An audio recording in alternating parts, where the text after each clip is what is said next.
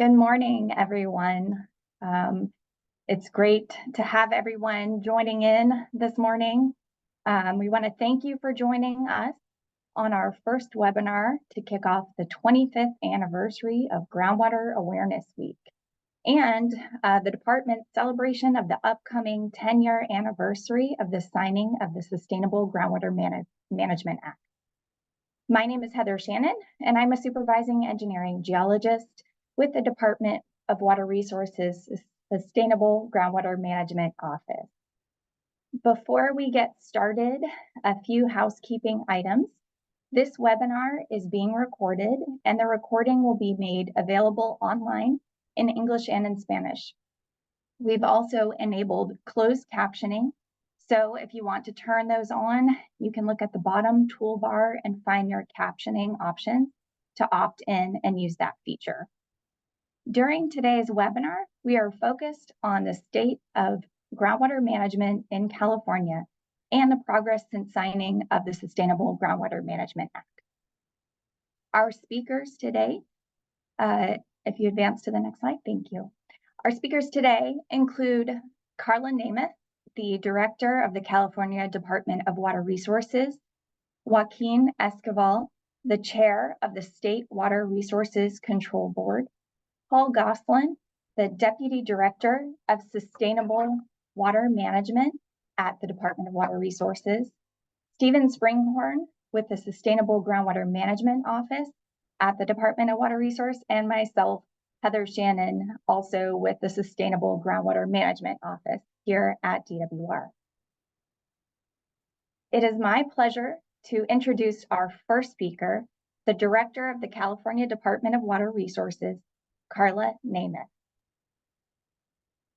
Thank you, Heather, and good morning, everyone, and good morning to my colleagues who are joining this webinar. I'm really excited about it. Not only is the department gearing up to celebrate the 10th anniversary of the Sustainable Groundwater Management Act, but we're coming off of two really incredible years that I think more than anything just reinforce the importance of managing our groundwater resources and how much we need them to be more front and center, if you will, in the context of how California manages through dry periods, but also this weather whiplash. So we've got a lot of speakers that have rolled up their sleeves and have a lot more to share.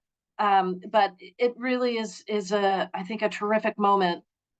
This is a group that I know I don't need to tell how important groundwater resources are, how dependent we are on them. Fully about 83% of Californians rely on groundwater for some portion of their water supply. The overall amount of water supply needs that are met by groundwater can shift between 40 to 60%, depending on the kind of water year type we're having. What I think is important about that is even when we have wet conditions, we have 40% of California that is reliant on those groundwater supplies. And then, of course, there are many communities that when we have that are entirely dependent on groundwater supplies, and certainly when we have drought, the number of communities that are reliant exclusively on groundwater supplies for really important basic needs is significant. One of the things that I am most excited about, and I think folks maybe, if you've heard me talk about groundwater management, this will be a familiar refrain. And that is, I don't think even I, as a DWR director, fully appreciated the enormous driver that groundwater management is becoming for the way in which we manage our surface water supplies. And it's just absolutely critical that we have an ability now to really focus ourselves on the totality of water supplies that are available to California, what it takes to keep them at a sustainable level, keep them clean, make sure that we are really addressing some of the subsidence issues that we know our groundwater pumping has developed, but also it really matters in terms of the investments that we make to address our surface water supplies. And it really matters in terms of how we think about things like flood protection, protecting communities from flooding, providing these floodplains that also have other benefits besides recharging groundwater basins. They become really important for our aquatic ecosystems.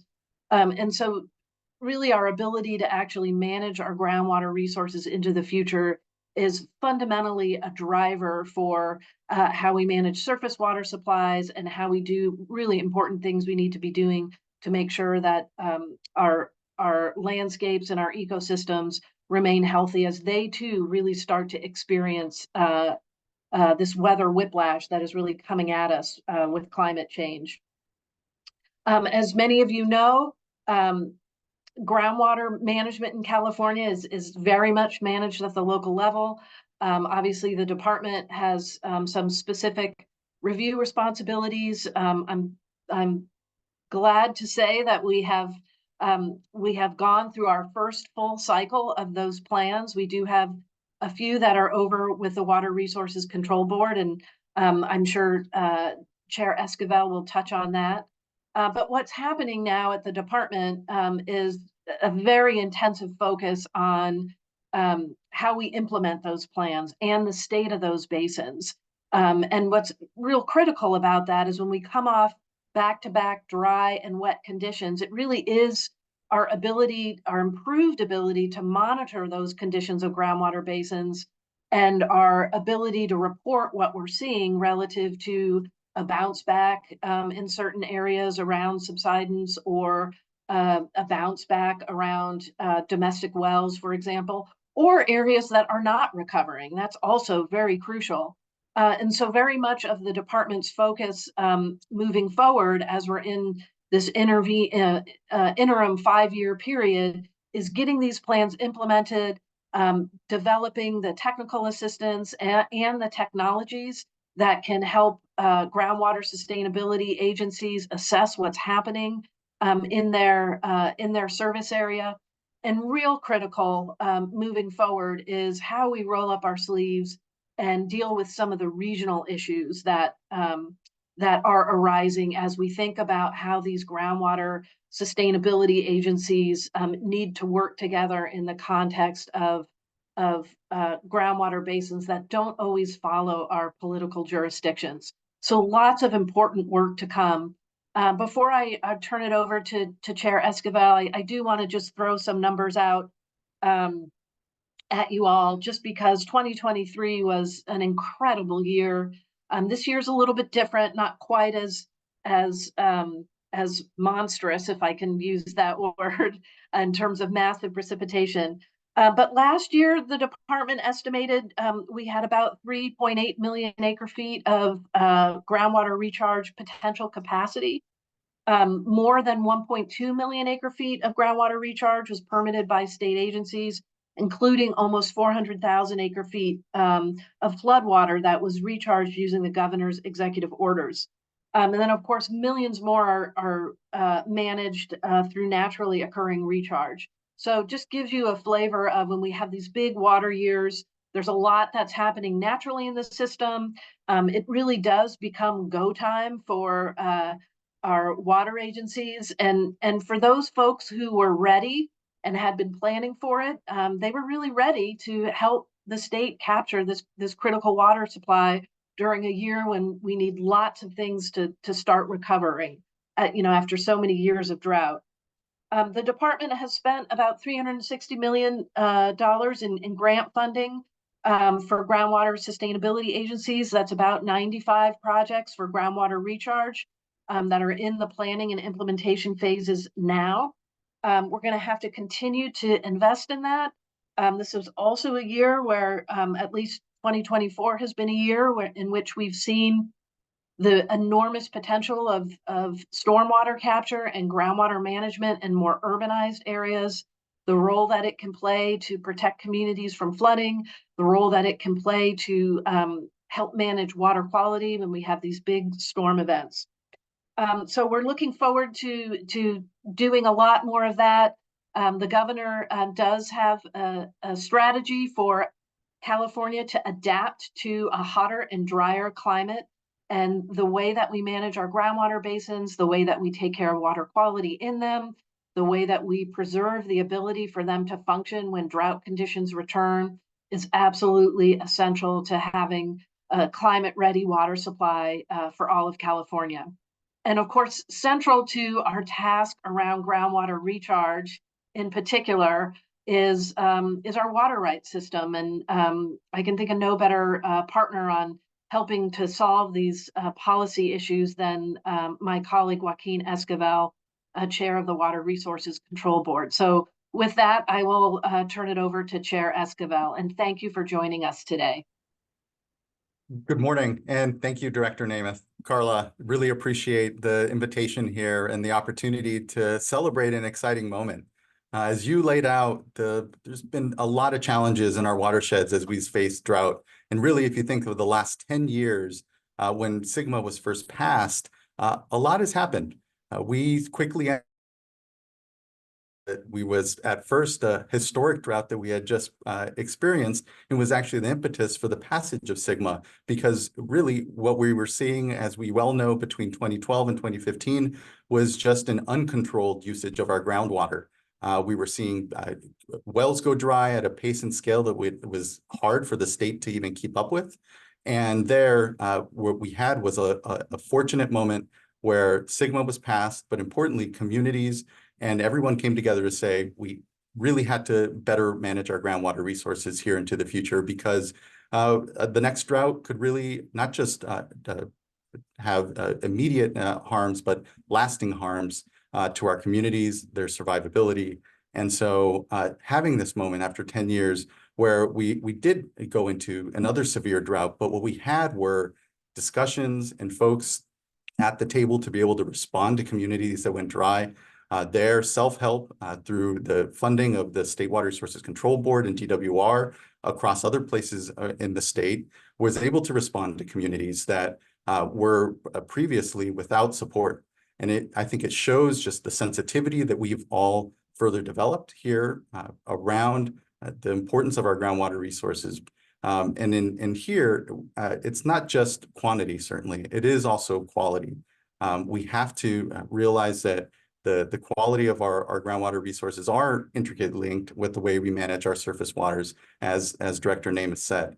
And so what we have is an incredible moment to reconcile watersheds that we're disconnected when it comes to our floodplains, when it comes to the way we think of the way water moves across our state. And so reconciling those takes what we've seen over the last 10 years, which is more discussion, more resources, more technical understanding around the way our water resources can best be managed for not just dry times, but importantly, as Director Namath said, these wet times.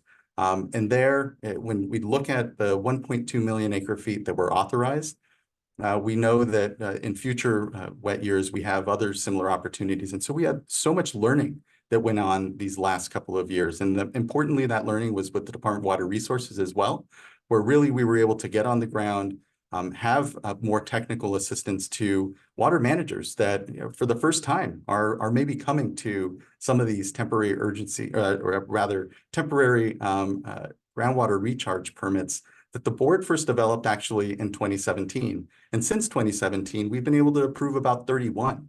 But interestingly and importantly, over the last 2 years is when we've seen a majority of those. This year alone, we have 10 active temporary groundwater recharge permits that have been approved. We currently have a couple more in the queue. Those were submitted within the last 4 months. But just even having that pipeline of permits and opportunities to be able to advance the discussions that are really hard to unpack understanding of water rights, but also, again, water quality, so that we really think about our watersheds for the long term, so that we reconcile what are often legacy issues around nitrate contamination, but also naturally occurring substances like arsenic or and Chrome-6 that the board is here going to be anticipating an MCL soon on. So what I really just want to emphasize is that this is an exciting moment.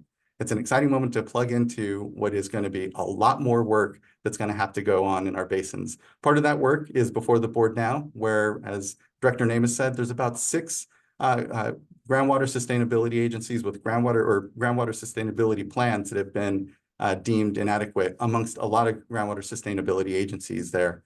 And importantly, here in April, the Tulare Basin will come up for a probationary hearing. That'll be the first real significant moment.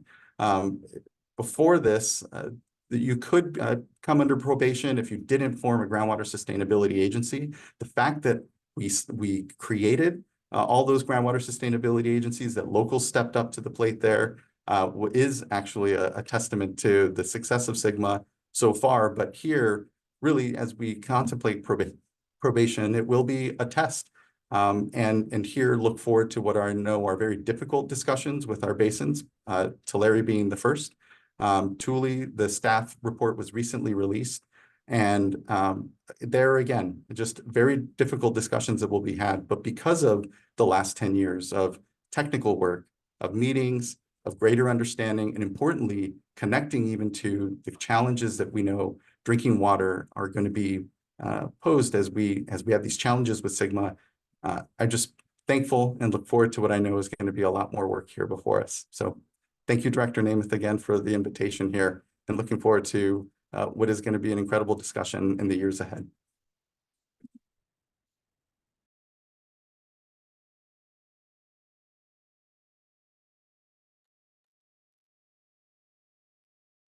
All right.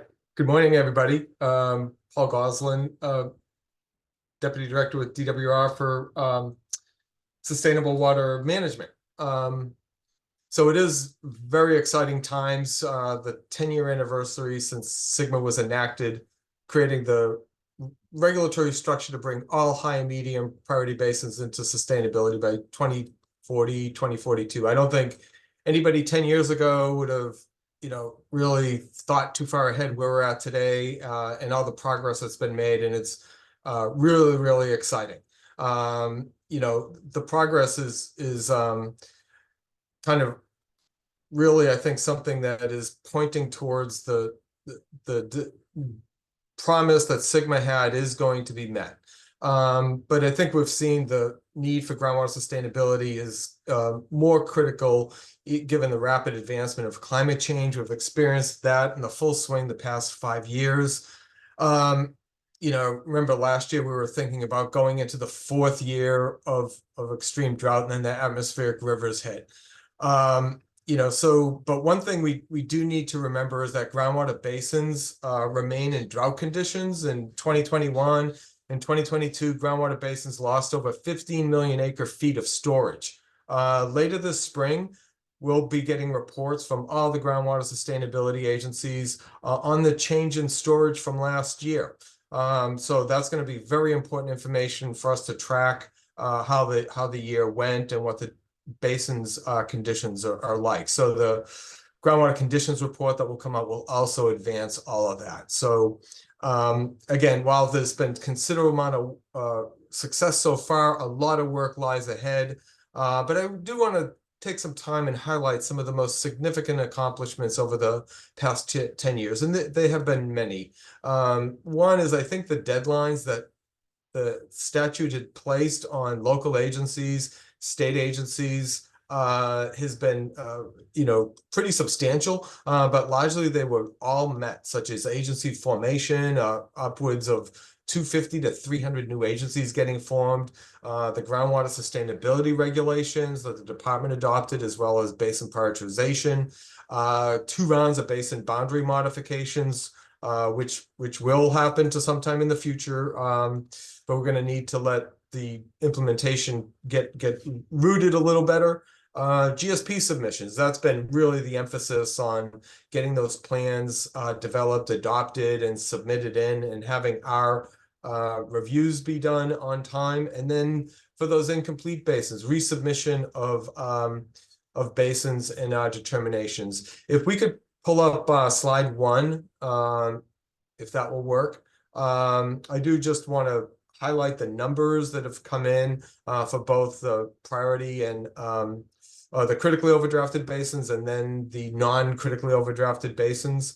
I'd like to go to the next slide and really just highlight, as Director Namath said, the completion of all the initial reviews of plans that was submitted in. So we have approved, I really like this map showing, you know, the progress that's been made so far. 71 basins. If we can go to the previous slide, oh, there we go. You know, 71 basins that have been approved in the green. And I think you've known, or if you've had the chance to see what our approval means, it doesn't mean that we're done and those basins can go on their merry way. There's a lot of work, adaptation in the future, and there's going to be corrective actions that we're going to expect basins to adopt, as well as future things that will have to get into place. I'll speak to that in a little bit. But right now, we currently have 13 basins that have been deemed incomplete, and they're getting close to having their 6-month process come to an end, and we've been consulting with them, and it's really our desire to keep them at the local level and having them address those deficiencies, and we can get on to approval with recommended corrective actions. And then, as Chair Escobar said, there's 6 basins deemed inadequate. That's over in the jurisdiction of the State Water Resources Control Board, and we play a role in support of the state board as our state partners in providing technical assistance to them on their process addressing those basins that are deemed inadequate. I do want to point out, it's been interesting statutory structure having the 2 agencies have very important related roles, but we've been really operating, I think, as one state agency in a very coordinated way, which is really outstanding towards sustainability. So, you know, in reviewing the initial plans, we focused on completeness and primarily on the sustainable management criteria. You know, that was a new lens for water managers, not just by eliminating overdraft, but determining whether groundwater uses and users, all those listed in the statutes, are facing undesirable results. So that's really a new aspect for many water managers. You know, it was difficult and complex, but we found some areas that were not substantially compliant, and these were lowering of groundwater levels in drinking water, subsidence, water quality, and not using the same data and methodologies for those multi-plan basins. You know, I do want to point out the evaluation identification of deficiencies was more than just a compliance check. It really provided feedback to us on areas that we needed to improve our support of GSAs. The drinking water guidance issued a year ago is a great example. Addressing drinking water was a common deficiency, and during consultation, we learned that assistance was needed, not just for those agencies who were addressing it right then, but also for the future as circumstances change on how to address drinking water. As we continue to evaluate SGMA implementation, we identified additional assistance needed by agencies. But I want to take a step back and acknowledge the resources we provide to local agencies. Since 2016, we've awarded over $500 million for SGMA planning and implementation. These funds were critical for local agencies to develop and implement their plans. The last round of awards were released last September, $187 million.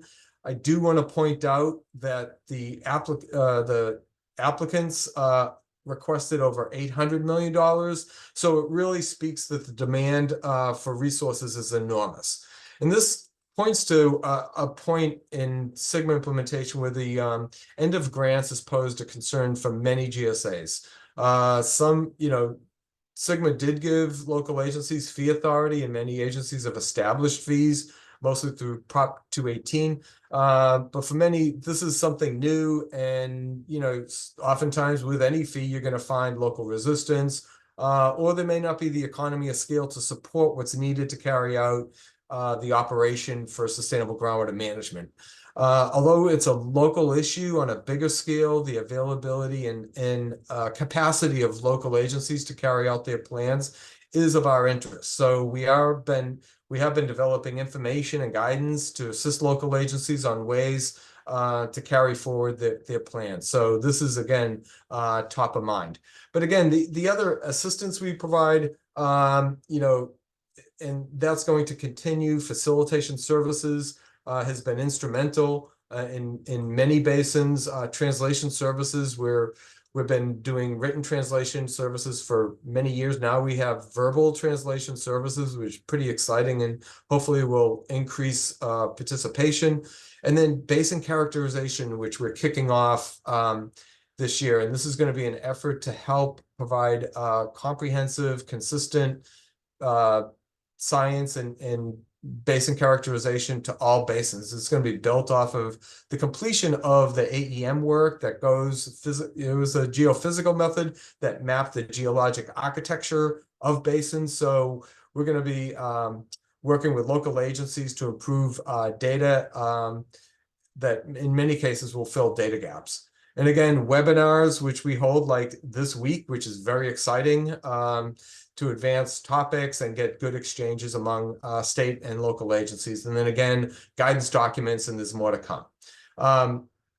So, you know, the resources have been instrumental in this early stage of implementation, but we're really departing the planning phase and we've entered the implementation phase. So the end of the beginning has reached us. Now we're really in full flow.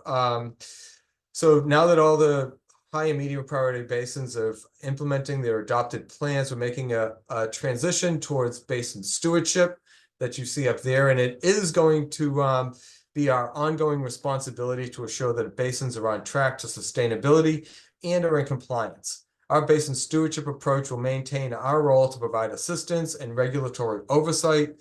And we're expecting to engage a lot more often with local agencies, sometimes even with a phone call or something, or sometimes even more formal. It's going to be very circumstantial to make sure that we can catch issues early as possible with basins. But basins could end up as being deemed incomplete or inadequate, depending upon their response or our evaluation of periodic evaluation. And again, last October, we issued a guidance on implementation that will assist local agencies on how to do annual reports, periodic evaluation, and plan amendments. We're also interested, too, to make sure that this is done the most efficient way possible and agencies don't expend extra dollars that they don't need to. But again, annual reports are a source of information we'll use to get a sense of basin conditions, and it'll be a good statewide perspective of state change in storage, groundwater extraction, and overall progress. So again, the big evaluation, the periodic evaluation, which is typically called the 5-year update, will be a major regulatory compliance check. You know, the department has to issue a determination on periodic evaluation, and like our determinations on initial plan reviews, this could lead to a finding of deficiencies and a finding that a plan is incomplete. But it is our hope that we can resolve these issues with basins at the earliest possible stage. So the next 5 years, I will say, even though the last 10 has been very busy and very consuming, this is going to be a real important, tough time for implementation. As I mentioned, funding resources are going to be near-term challenges for many GSAs, but we're going to start to see a lot of aspects that on implementation are going to be challenging, such as loss of agricultural lands, and that's going to forever change communities and impact economies and jobs. So we're going to be working very closely with our state agency partners and Department of Conservation, the Governor's Office of Business Development, Food and Agriculture, and local agencies on this transition, which is going to be very important to do over the next 5 to 10 years.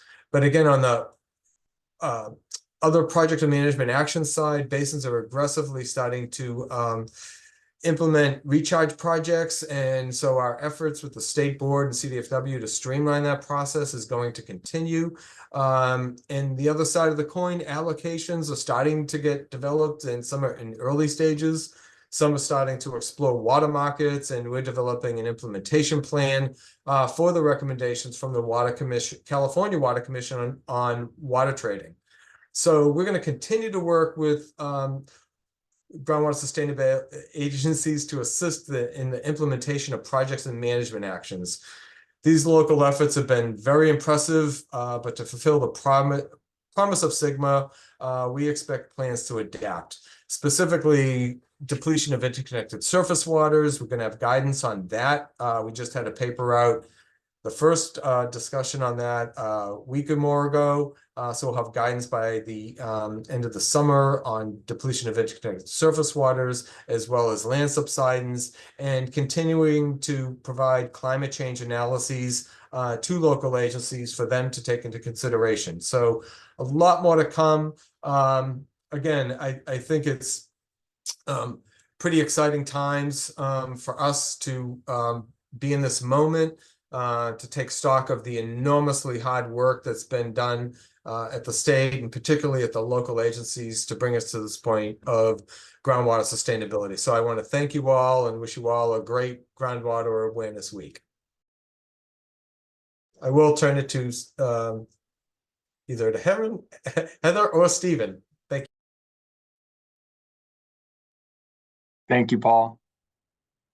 Hello, everyone. Thank you for joining the webinar, and happy Groundwater Awareness Week. It's a really exciting week where we celebrate groundwater resources and our critically important resources across California. And just thank you for all the work that you all and others across the state have been doing to make groundwater more sustainable and are there to keep things going and moving forward to reach sustainability. So I wanted to really build off of what Director Namath, Chair Escobar, and Deputy Director Goslin highlighted, where they highlighted the key elements of where we are in California's groundwater. And so wanted to dive into a little bit more of the details, provide the latest statistics, information of where we are and where we need to be going, even after all this hard work that's been put in this first 10 years of Sigma.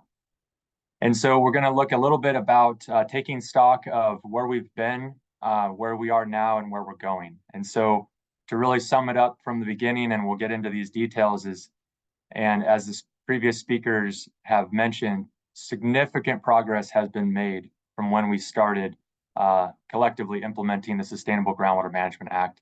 Yet, with how many challenges there are in California water and California's groundwater, we know that there's still work that remains and those challenges on our journey to sustainability. So we're going to highlight a little bit of those in this presentation. So next slide, please. Okay, so as Director Namath pointed out already, and everyone has been seeing across the state, if you live in California, you've been experiencing this extreme change from dry to wet and back and forth. And really, as Chair Escobar mentioned, the Sustainable Groundwater Management Act was born out of the 2012 to 2016 drought. And really that was a major change in groundwater management. But it also allowed for us to be thinking differently in a more comprehensive way, as previously mentioned, of how we handle these extreme changes and what we're expected to see more of as we adapt to and work through climate change. And it hasn't been an easy road, as you all know, on the ground, and as we've seen across the state, that this first 10 years of Sigma has been challenging from one extreme to the next, but still keeping track of that long-term sustainability and the eye on the end goal of being able to take on the wet periods and store as much of that groundwater as possible to then use it for when we don't have as much water in the system. And so that's really where this last 10 years has been an amazing improvement about the understanding of California's groundwater, which there's so much potential yet to be realized and utilized. And so we swing from too dry to too wet, but California's groundwater basins are really we've inherited a unique opportunity with these basins we have in the state to better understand them, to best utilize them in a sustainable way, in a strategic way, as mentioned. So we're going to talk a little bit more about that. So next click. So Director Namath mentioned these high-level stats, and they're important and really impactful, that how many Californians really rely on groundwater. And we've heard, out of sight, out of mind, but groundwater is becoming more top of mind for many, many people. And so that's exciting. We still have work to do that we'll talk about in a little bit, but it's these 515 groundwater basins that are shown on this map that figuratively and literally support California's communities, their water supplies, farms, industry, and the environment. And so it's important for us to understand these basins more and more, and even the aquifers that are outside the groundwater basins in the non-basin areas.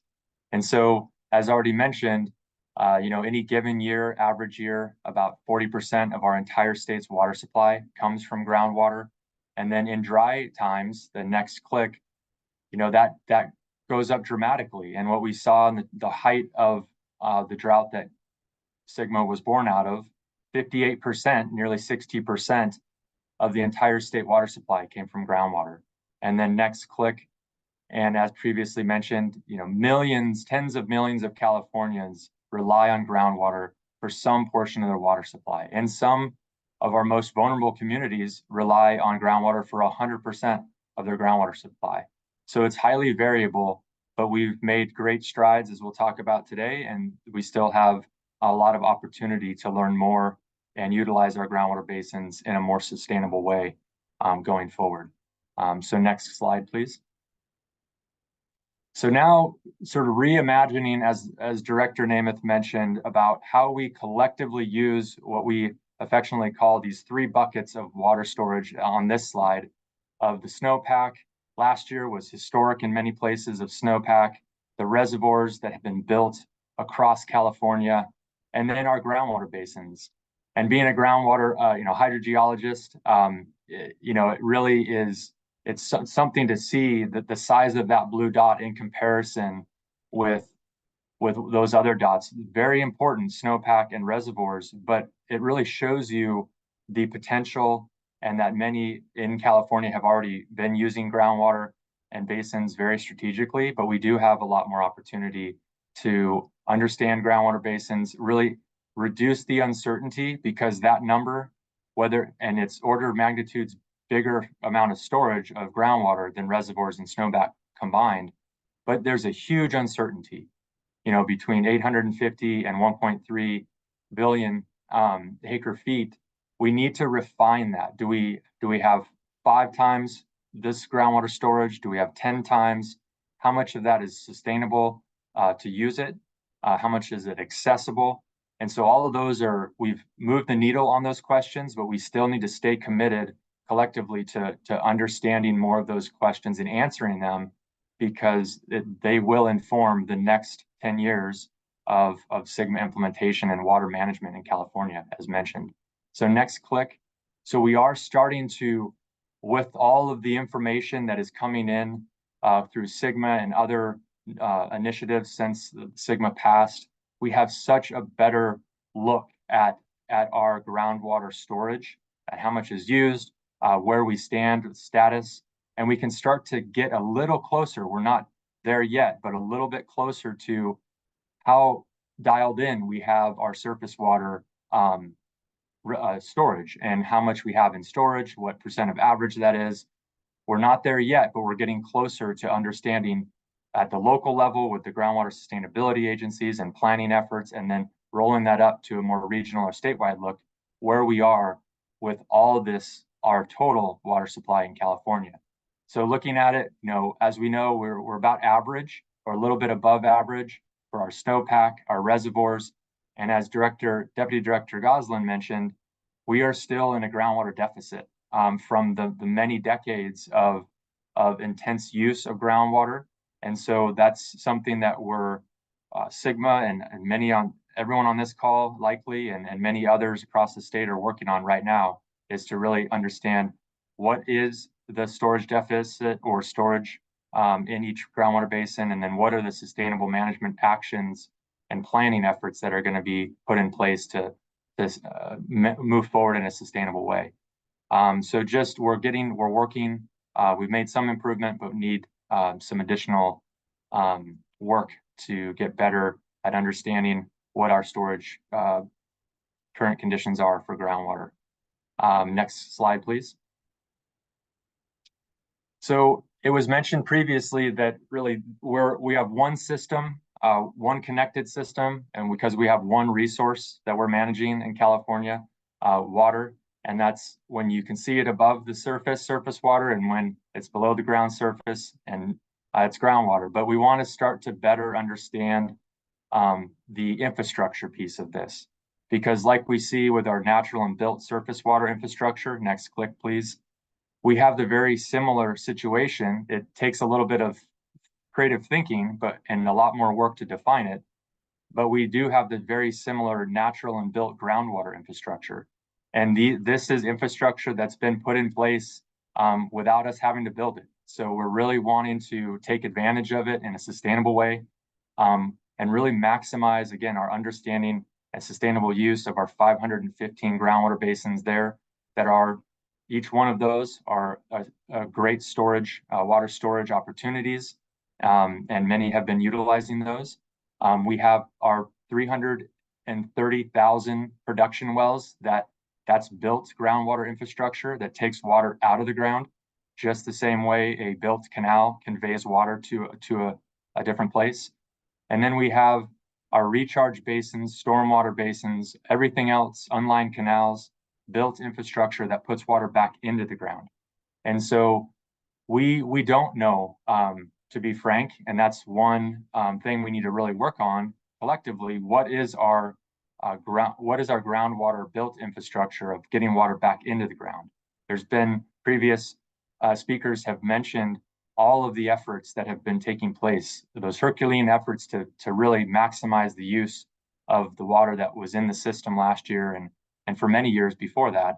But the more that we understand where water can get back into the ground, where are the best places to build new infrastructure and really utilize California's vast groundwater infrastructure in the best way possible. So really trying to, as we go through this week and carry on, just trying to think of groundwater basins and the aquifers that are contained within them as our critically important infrastructure, just like our built surface water infrastructure. So next click, please. Okay, so now we're going to get into some of the more rapid fire or highlights of where we are on sort of the state of California's groundwater. So the state of groundwater knowledge, the state of groundwater governance, the state of groundwater management, and then take a peek at half of the sustainability indicators of groundwater storage, groundwater levels, and land subsidence. And many elements have been touched on from the previous speakers so far, but we'll dive in a little bit more to the details. Next slide, please. All right, so for state of groundwater knowledge, as Deputy Director Goslin mentioned, we're in a new era of aquifer and basin characterization, which is really exciting. For this generation of hydrogeologists, this is an incredible time to be in the profession, leaning in, figuring things out, and building off of what the state of the knowledge has been for decades, because it has been this evolution of better and better understanding. And with Sigma and the other initiatives that were mentioned, and the directions from the governor and the administration of the water supply strategy, the water resilience portfolio, and those key documents that really have focused the state's attention on this need and have then helped to get funding and resources to make it happen. And so that's really has been very exciting because we are putting what many previous hydrogeologists have wanted to do, we're putting it into action because we now have the resources to really move the needle on this. And so we're doing this from space, from the air, and on the ground and under the ground to get a better understanding of California's groundwater infrastructure and basins. And so just a couple highlights here is that collectively, we think back 2014, where we are now compared to that, it's a dramatic increase in the understanding and access, which is arguably the most important part, is easy access to information, because Sigma Drive is driven by information. And local managers, as you know on the call, and others across the state, you have to have information to inform your actions. And so there's over 130 basins that are actively investigating, compiling information, doing their own studies and surveys, which it's really impressive what's going on across the state. And then as Deputy Director Goslin mentioned, at the state, we're working collectively across the state agency family to be looking at where those important economies of scale where we can come in and invest one time and benefit the whole groundwater community, like the airborne electromagnetic surveys I'll talk about in a second, or the INSAR studies that we have now. So we're in a much better place. We still need more work needs to be done, but much better place with trying to get more information on knowledge of California's groundwater.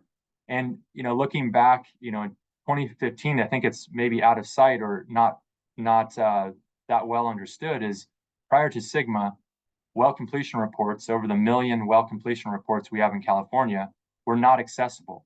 They were confidential. And that just shows you that's a huge step of 1 million records of what's beneath our feet were made public and with some confidentiality elements of personal information. But that is a huge shift forward from where we were prior to SGMA. Another thing that has been a huge help in our quest for easy access for information, groundwater information, and related information is the Open and Transparent Data Act, AB 1755. That passed in 2016. And that has been a very important foundation for all of the information and the fire hose of groundwater information we have now to be organized in one spot and easy access that can be plugged into local and regional and statewide efforts. So we are in a very great time, huge improvements on groundwater information and access. I'll touch on the AEM and basin characterization next. And then we're also, we've installed over 400 brand new dedicated monitoring wells through a state technical support services program, working with GSAs and others. GSAs themselves have been enhancing their local monitoring network. So we have hundreds more new groundwater monitoring stations that are giving us more operational data that we need to inform management. And then from the satellite-based side, we are now better than ever before able to see what's happening with subsidence, which is a very impactful and irreversible element of groundwater impacts, because and it's happening in large areas of the state. But with information that we have now, we can much better work with locals to manage that element. So next click, please. So now we're going to look at a little bit more on the milestone that was hit late last year for the airborne electromagnetic surveys, or AEM surveys. This is one of the biggest surveys that has happened in any state in the US, and has been brought together an international team of experts to make it happen. And as you can see, the little video there, it shows a little cartoon of what was happening and how the helicopter works. But between 2020 and 2023, this great team really moved quickly, working with local agencies to inform where to fly, what information is needed, and what information is available to bring together to get to the map that's on the right. So there were 130,000 letters and postcards sent out to the parcel owners underneath the flight lines. So those are all teachable moments of what is groundwater, why it's important, and then they could see our improved understanding of groundwater happening at 60 miles per hour as the helicopter was flying over. And so that translated to 16,000 line miles of AEM data collected, over 95 groundwater basins, and over 13,000 digitized lithology logs, those well completion reports that are now available as part of this data set, along with over 1,000 geophysical logs. So this package of information is a huge step forward in being able to see, to really make the invisible more visible in California and our infrastructure. So it's imaging our groundwater infrastructure. And this is just the foundation that locals are already putting their local data and knowledge to, and putting it into action to try and inform projects or different sustainable management activities. So all this is available on our CNRA open data platform. So links are going in the chat to see, so you can access, there's data viewers. You can look at this data in 2 and 3 dimensions. You can download all of it and load it up into your preferred method of viewing it and combine it with a lot of other data. So it's really exciting. And again, is an important milestone we've achieved this last year with the team, but then it's really our first step, a big step into our continued effort to better characterize our California's groundwater infrastructure and basins. And so that's where we're headed next. And pilot studies are already underway and will be in the coming years. So next slide, please.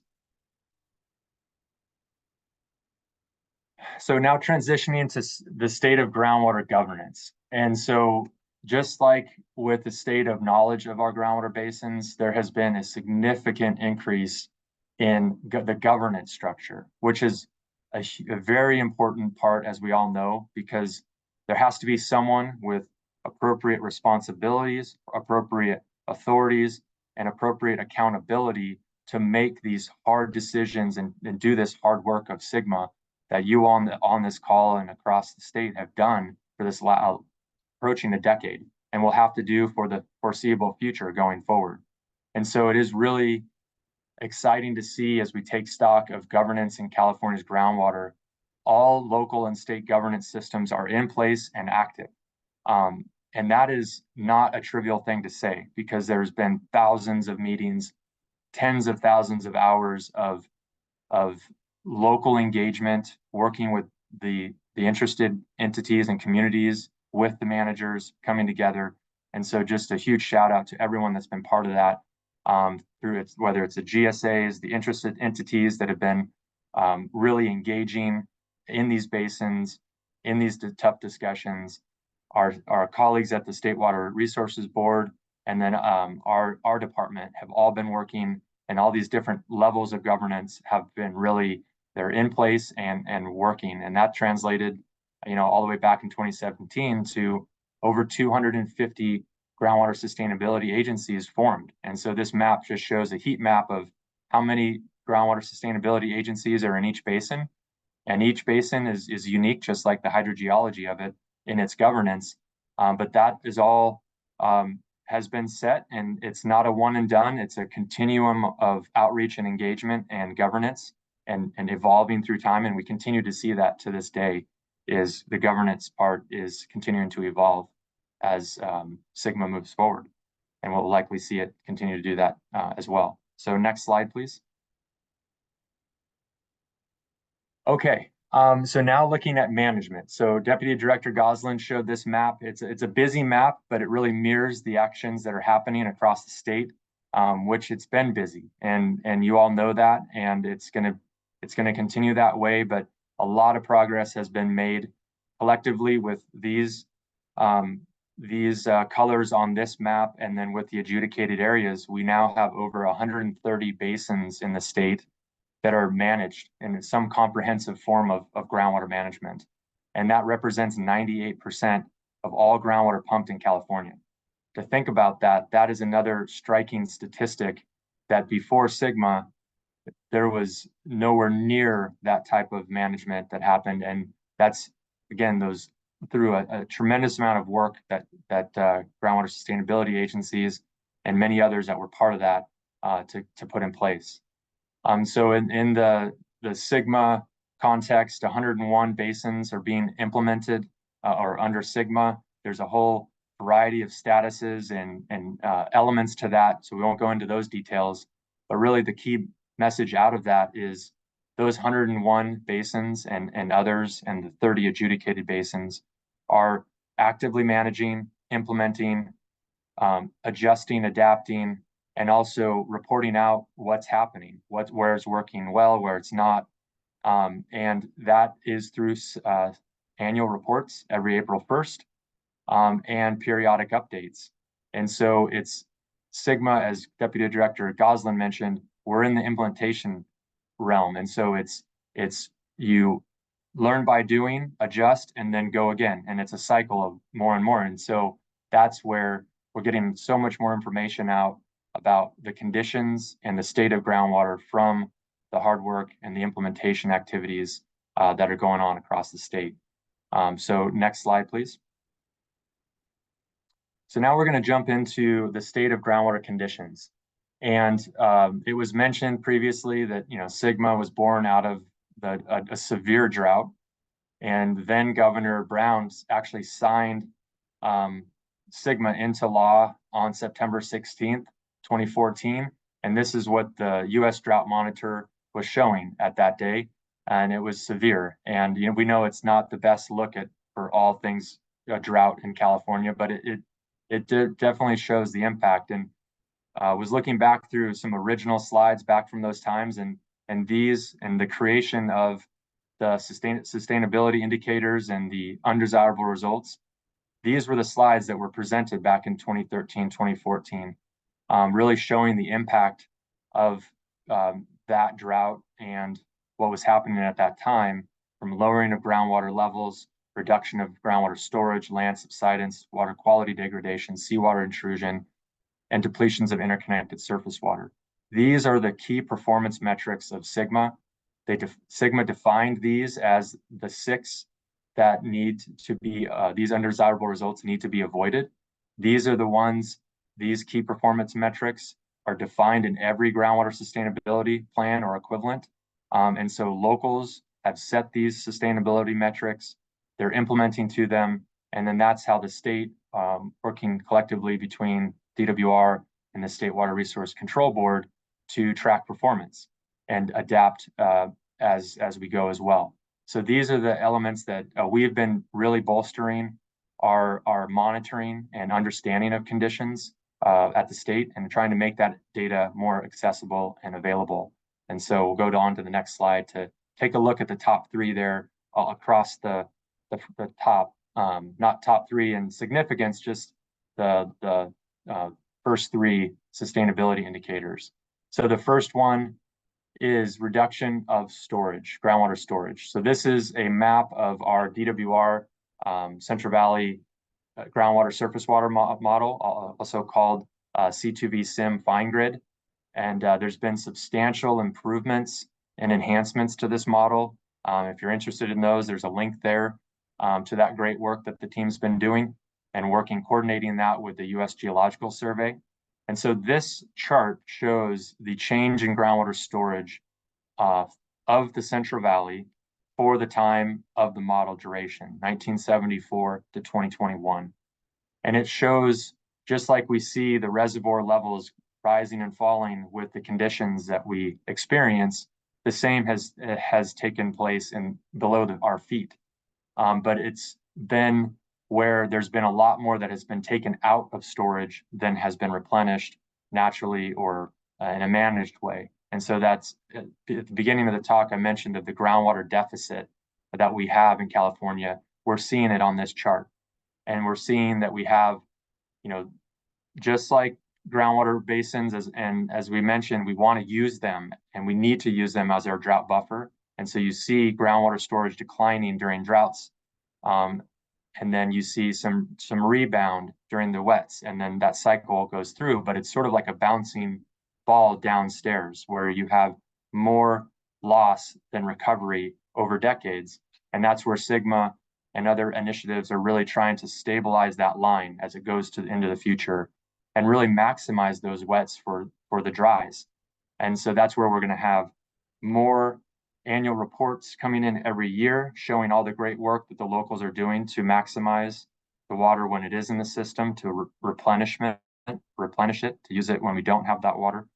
And so we have also enhanced modeling capabilities at the department, as well as working with our colleagues at NASA JPL, trying to understand how we might be able to forecast or understand groundwater storage over time. So then we can see what might be happening and then true it up as we get groundwater annual reports or SGMA annual reports as we go. So a lot of improvement has happened, but a lot of work yet needs to happen for us to get better and more aligned with our surface water colleagues, understanding the change in storage and the status of storage, how much is available for sustainable use going forward. Next slide, please. So groundwater levels, this is one where significant improvement has happened and significant work remains because groundwater is so case by case. That just really means that you need to monitor groundwater in 4 dimensions. So X, Y, Z, and time. And so there has been progress made. This chart on the left here shows our active groundwater level network. This is in coordination with the U.S. Geological Survey and all the work and information that's flowing in from GSAs and others on the call and across the state. So we have almost 4,000 active groundwater monitoring wells that have over 10 years of record. So you can see what the current measurement is compared to what it's been at that time over the last 10 years or more. And so right now, this map looks very different than it did last year or the year before, where we had up to 60+% of all of our dots on this map were red or orange or at all-time lows or below normal. And so right now we're about 34%. So with all that water that was in the system, we still have 34% of all these wells that are showing that they're below normal. We have about 32% that are normal and 34% that are above normal. And that you can really see where those are, and those change from time to time and place to place. So next click, please. So but then if you put it in the context of matching that groundwater deficit that we saw in the change in storage with the groundwater levels, and over a long period of time, you see that our long-term groundwater level trends are mostly down or decreasing. And this is really what we will start to see as SGMA is implemented in this implementation phase. And as we achieve sustainability, more dots on this map are going to transition into the yellows, or in some cases, greens, or those type of colors as we stabilize groundwater levels for sustainability, for reducing impacts to drinking water communities, reducing impacts and avoiding undesirable results that are spelled out in the groundwater sustainability plans. And then next click. And really looking to the future, we want to really be enhancing our what we call operational groundwater data. So many cases, groundwater is collected twice a year. And for quite some time, that was okay. And it gave you the seasonal high, seasonal low, and that was done in a lot of places. But now we know with the extremes of shifts from dry to wet, and then on the demands to get to sustainability, we need more operational groundwater data, very similar to how our surface water colleagues manage reservoirs. They couldn't manage reservoirs if you only got measurements 2 times a year. And so we really are working through funding and working with locals to enhance our operational groundwater data. There's been recent investments by the governor and the legislature, which have been hugely helpful to make this happen into the future. So we can have more of these yellow dots, which are our true real-time groundwater stations that give us real-time groundwater data up to every 15 minutes or hour. And so you can see what the trends of groundwater levels are in areas that might have a lot of domestic wells in them, or whatever it might be. So we can start to be more proactive about seeing problems before they happen, as opposed to then have to react to problems as they happen or after they happen. And so there's been significant improvement on the ground with the GSAs and other entities, and we're helping work with them to build our statewide groundwater network. And there'll be more information on this on Friday. Just to plug for Friday's webinar, one of our colleagues will be giving more details about our statewide groundwater monitoring enhancement work. Okay, next click.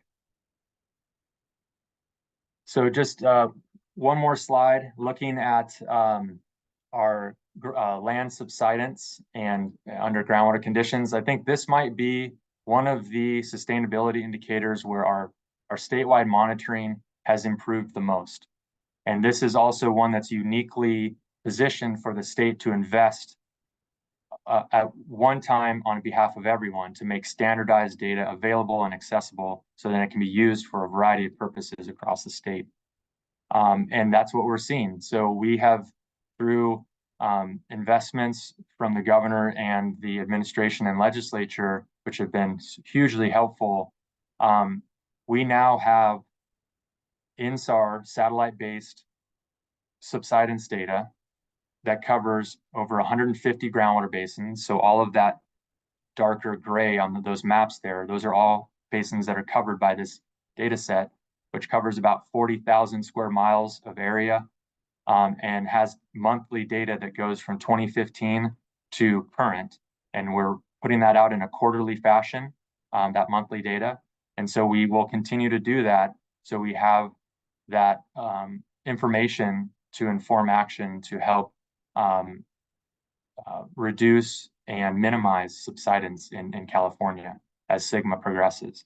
So that's been a big improvement. We've been also matching this space-based or satellite technology with on-the-ground instrumentation and station installation, working with GSAs and others. So we can ground truth the satellite data, but also get more real-time, up to 15-minute data in the most critical areas for subsidence. And then the subsidence management landscape, as Deputy Director Goslin mentioned, it's evolving. It's evolving as SGMA progresses and the regulatory elements of SGMA progress. And there's additional guidance that's going to be coming out on that. So that is a space where more work needs to be done, and more work is being done as we go forward into the second decade of SGMA.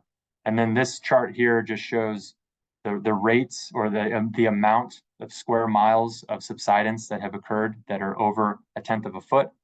And you really see the swings from the dry years to the wet years of how much subsidence happens. But we're trying to have less of that really severe subsidence, the yellow, oranges, and reds, dark reds happen when we do hit a drought, because that type of subsidence has big consequences and impacts on the ground. So a lot of improvement and tough work to move forward with as we go into the management, continue the management of subsidence. Okay, next slide, please. So wrapping up, I know that was a lot of information, but a lot has happened through a lot of the work that you all on the call have done, and others across the state. And so just to really summarize it, again, significant progress has been made, work remains, but really the biggest part about this is the community of practice, or the groundwater community, has been built up. And it's a really great thing, because without the people, not much will happen. And so it's really exciting to be part of that, and just encourage you to jump in with all your energy and just keep things going with collecting the data, managing the basins, working with the different groups in each groundwater basin, because it does matter, the work you do, and just really appreciate everything that's been done so far, and look forward to working with you all going forward. And if you have any questions or want to get more information, this email address is a great place to send your inquiries. And then there's some additional resources on our various web pages. So with that, thank you, and I'll turn it over to Heather. All right, thank you, Stephen. And hello again. My name is Heather Shannon, and I'm a supervising engineering geologist with the Sustainable Groundwater Management Office at SGMO. Today, I'll be sharing information on financial assistance and planning assistance that has been provided to support groundwater sustainability agencies, and we'll highlight a new report that was released by DWR last week. As all the previous speakers have already highlighted, an enormous amount of work has been put into better understanding California's groundwater basins in the last 10 years.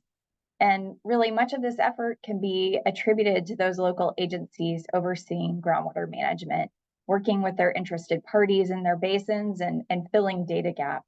So a big kudos to everyone that has that has been actively working on improving understanding throughout the state. So next slide, please. As Deputy Director Gosselin highlighted, the state has provided more than $500 million in financial assistance to support groundwater sustainability efforts, with approximately $139 million in planning grants and $363.7 million in implementation grants since 2016. This funding has supported local agencies with such things as development of groundwater sustainability plans, feasibility studies for projects to support groundwater management, and implementation of projects identified in their groundwater sustainability plans. Most recently, as Deputy Director Gosselin stated, $187.3 million was awarded as part of round 2 of the implementation grants in September of 2023. And then in addition to these grants that are administered through our financial assistance branch at DWR, the department awarded $25 million as part of the Land Flex initiative. Next slide, please. The Sustainable Groundwater Management Office has developed numerous materials and made services available to groundwater sustainability agencies to support technical and planning efforts associated with the development and implementation of GSPs. I'll be walking through some of these services in a bit more detail in the next slides. Deputy Director touched on these, but I'll give you a bit more detail. So next slide, please. The previous speakers highlighted the importance of understanding the technical aspects of the groundwater system, but outreach to interested parties in groundwater basins is another critical component of the planning process. Having an engaged community that is educated about challenging water management issues and engaged through the entire planning process from the development phase through implementation of GSPs can lead to great success. So to assist groundwater sustainability agencies with outreach and engagement within their respective communities, the department developed guidance on stakeholder communication and engagement back in 2018.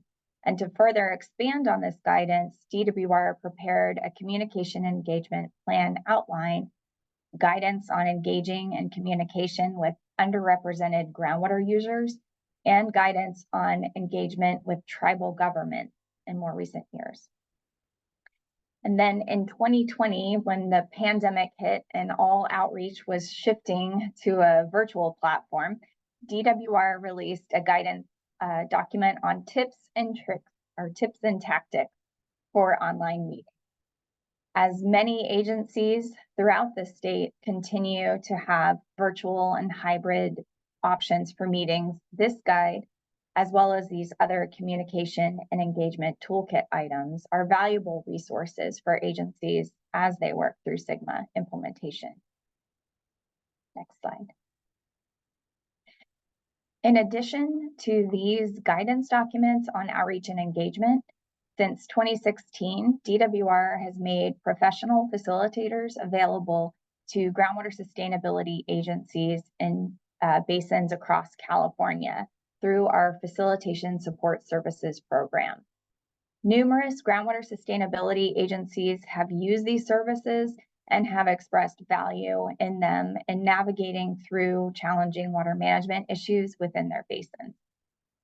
These services are provided through a third-party group of facilitators and include support for a variety of activities listed on this slide. These include such activities as stakeholder assessments, stakeholder communication and engagement planning and support, public outreach, tribal government outreach and engagement, meeting facilitation, and others. Next slide, please. DWR has also made written translation services available to groundwater sustainability agencies and others supporting implementation of SGMA.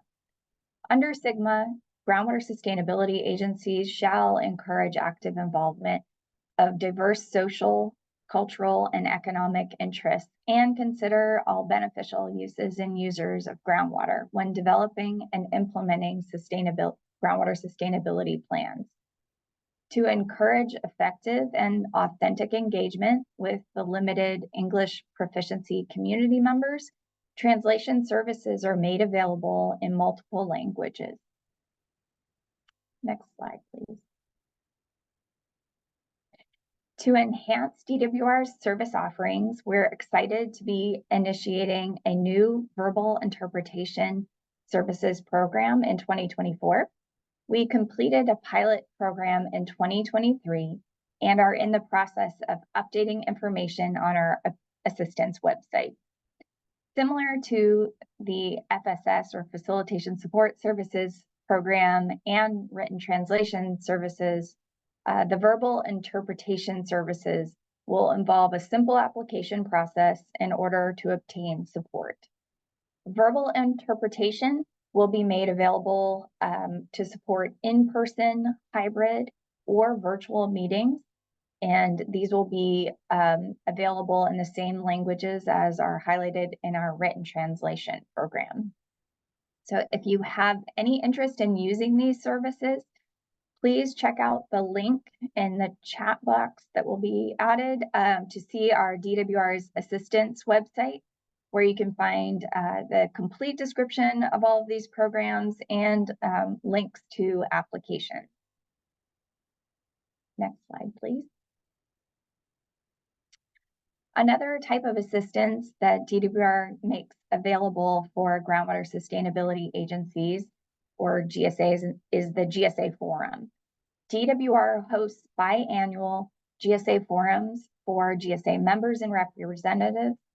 These forums are a platform for GSAs to come together to engage and exchange ideas on topics related to implementation of GSPs, highlight various GSA efforts, and foster those professional networks.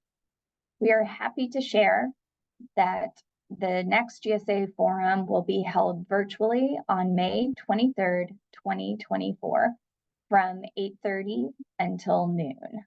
And during this event, we'll be taking a deeper dive into one of DWR's technical assistance efforts. Registration will be released to the public at the end of March, and folks are encouraged to register to secure their spot. Links to recordings from previous forums so that you can get an idea of what these have been like can be found on DWR's YouTube channel, and we'll provide a link in the chat to where you can access some recent forums. And of course, as Stephen highlighted in previous slides, if you have any questions about this or any of the other assistance offerings I just mentioned, you can always email sgmcs@water.ca.gov. Next slide, please. So to wrap up the presentation today on planning assistance, we wanted to make you all aware of the groundwater well permitting observations and analysis report that DWR released last week on March 6th. Under Executive Orders N722 and N323, coordination requirements between well permitting agencies and groundwater sustainability agencies were established to prepare for and lessen the effects of several years of intense drought conditions. A year after the enactment of the executive order, DWR conducted a survey to hear from local entities on what approaches were or were not successful to centralize those suggestions for improved long-term coordination of well permitting and groundwater management. DWR also participated in a community listening session that was organized by local non-governmental organizations to hear how small communities have been affected by lowering groundwater conditions and dry wells. The analysis report includes a summary of the survey results, examples of local agency compliance measures, and contains observations of groundwater conditions that occurred during the time these actions were underway through summer of 2023. Policy recommendations are also included that can be used to develop future solutions to align land use planning, well permitting, and groundwater management and use. And the link to this, where you can find this document online, will be dropped in the chat. Next slide. All right, that wraps up our presentations for today. First, I wanted to thank all the speakers for your time today and for all those that joined the webinar. But before we sign off, just a reminder I wanted to give you a reminder of what we have planned for the rest of the week. Next slide. So what's next? On Tuesday and Wednesday, we are hosting outreach and engagement training for GSAs. And this will be led by Sarah Rubin, a professional facilitator from our sister agency at the Department of Conservation. This training is for GSAs and provides additional learning opportunity to hear from an expert in the outreach and engagement space. This training, as I mentioned, we're limiting attendance to GSAs on those days, and the training sessions will be held from 10 to 11:30 a.m. On Thursday, we'll host a lunchtime webinar from noon until 1 p.m. And this webinar will focus on groundwater sustainability agency reporting requirements associated with the implementation of their groundwater sustainability plans, including annual reporting requirements and periodic evaluations. This webinar will have a question and answer portion, so please join if you have questions about these topics. On Friday, we will once again host a lunchtime webinar from noon until 1. And this webinar will be covering a variety of technical assistance and modeling efforts. It will be a bit of a lightning round to provide updates on efforts within the Sustainable Groundwater Management Office at DWR. So next slide. If you haven't already, please register for these webinars and the link will be added to the chat where you can access those Zoom registration links. So thanks again, everyone, for joining us today, and have a great afternoon. We'll see you soon.